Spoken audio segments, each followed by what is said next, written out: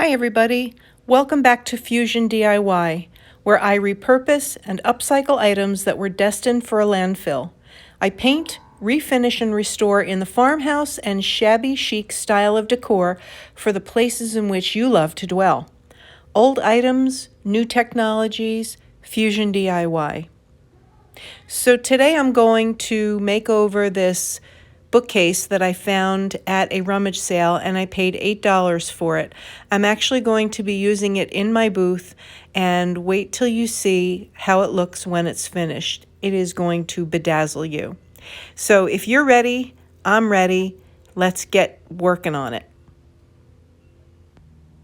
So the first thing I want to make sure is that I have all of my personal protective equipment, or my PPE, on and is working properly. The first thing is going to be my respirator, and there are two straps that fit over the top of the head, one that fits over the top like a headband, and then one that fits more towards the back. And then you can also see that there's a strap that fits around my neck, which holds the respirator tightly to my face. There's also two HEPA filters on the respirator, and the way to test that you have a good fit is that you put your hands on each side of the filters, and then when you try to breathe in, you should see the nose piece collapse, and that's how you know that that's a good seal.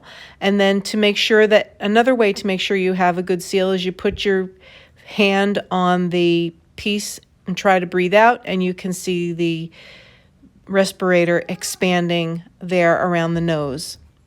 Next up is my hearing protection, and this hearing protection is the one that I like the best of all of them that I've tried in the past. So the way to put this on is you're going to reach over your head with one hand, and you're going to grab the top of your ear and put the hearing protection into your ear, and then when you release the top of your ear, it should conform to the hearing protection, and the hearing protection will conform to your ear. And I'm doing that on both sides, and you'll know when you have a good fit there. You won't be able to hear anything, or much reduced. And then, of course, my safety glasses. I'm going to be wearing my safety glasses because I am going to be sanding this piece, and I want to make sure that there's no chance that I can get any particles or dust in my eyes. So I've got all of my PPE assembled, and we are good to go. So now I'm just going to give the piece a scuff sand. If I was going to be selling this, I would definitely strip off all of this paint. It happens to be latex paint, and it looks as though this bookcase was made by someone. It was either a shop project or somebody made it at home. But it really is not going to go any further than my booth, so I'm not overly concerned about stripping all the paint off of it. All I really want to do is give it enough of a grit so that when I go to paint it, the paint has something to adhere to. And that's really all that I'm going to do. And then I'm going to wipe it all down and bring it back into the house where I can start working on it. So I've taken off and put away my safety glasses and my hearing protection, and now I'm going to take my respirator and I'm going to store it in a clean Ziploc bag, and I am going to put it away from the heat, away from the sunlight, in a cool, dark, dry place to keep it safe. So I picked up this can of Benjamin Moore paint at the Home Depot a couple of years ago. It was old paint when I got it, so I can't even tell you what the color is, but I love it. So as I said, I got this paint at the Home Depot for $5 for the gallon, and it was old paint. But despite the fact that it was old paint, look at the coverage that I'm getting with this paint. I think that this is it really looks good, and I was really very surprised. In projects that I've used in the past, they've been smaller projects, so I haven't really had the opportunity to use it on a larger piece. And not that this is a large piece, but comparatively speaking, this is the first time that I've had to use this paint on a piece of furniture. So as I'm going through it, I was really quite surprised at just how well it covered. And like I said, it was a Benjamin Moore paint that I had picked up at the Home Depot. I think it had been sitting there for a while because the paint is separating, the water is separating from the paint, but nonetheless, the paint is really doing an excellent job. It's excellent coverage, and it's not chalk paint. I believe it's just a regular standard wall paint that really turned out to be just a real great match with the wallpaper. I actually picked up the wallpaper first. I got it at a rummage sale, and I think I paid $1 for the roll. And then a couple of weeks later, I was walking through Home Depot, and I happened to see that paint and for $5, and I thought, I think that's going to match. I think that matches the wallpaper. And it is what Yvonne from Ginger Chick Rehab would call a God wink moment, because when I got the paint home and I matched it to the wallpaper, it matched perfectly. Perfectly. I was really shocked, pleasantly surprised. But you know, things work out like that sometimes, and I was very, very fortunate. So I am giving it one coat of paint, and then I'm going to take a break, and I'm going to go have lunch and feed my cats and give them a snack, and then I'm going to get back to it and give it a second coat. But look at the coverage on the back. Now you can see that on the back of the bookcase that I am not painting those. I'm just going to paint around the very edges and then leave the rest of it in its natural state. And here is the sides, and you can see again, you know, just how well the paint is covering this old latex.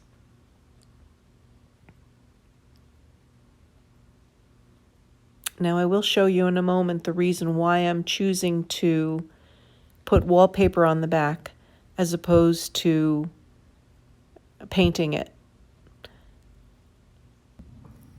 So here you can see there's a big crack in the back of the bookcase, and I did not see that when I purchased it, and perhaps that's why it was only $8, but it was a good price, and I needed something for my booth, so to me it really doesn't make that much of a difference. So here I am giving it a second coat of paint, and that's all that I needed to give it, was 2 coats, because it covered so well. So it is likely that you will see this paint again in a future project or two.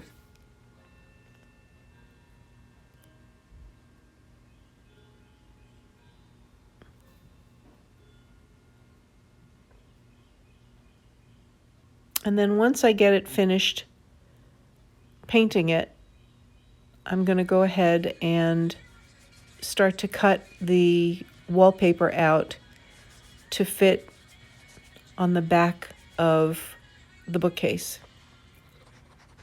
So here I am cutting it out.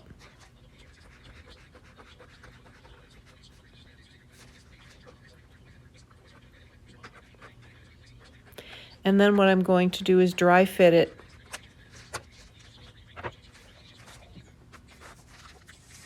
to make sure that it's the right size. And then what I'm doing now is I'm taking the decoupage and I'm putting the decoupage medium on the back of the bookcase, and I'm going to put the wallpaper down. One of the things that I was really paying attention to was the corners and the edges, just to make sure that they would not come up. But the Mod Podge does a great job, and so it just worked. It worked well. And of course, with the wallpaper being fairly thick, I could be not quite so gentle with it and get it done fairly quickly. Now with the second piece that I was putting in, rather than put the piece in and then work around that, what I did was I decoupaged the whole back of the bookcase, and now I'm just putting in the wallpaper and fitting it onto the back of the bookshelf.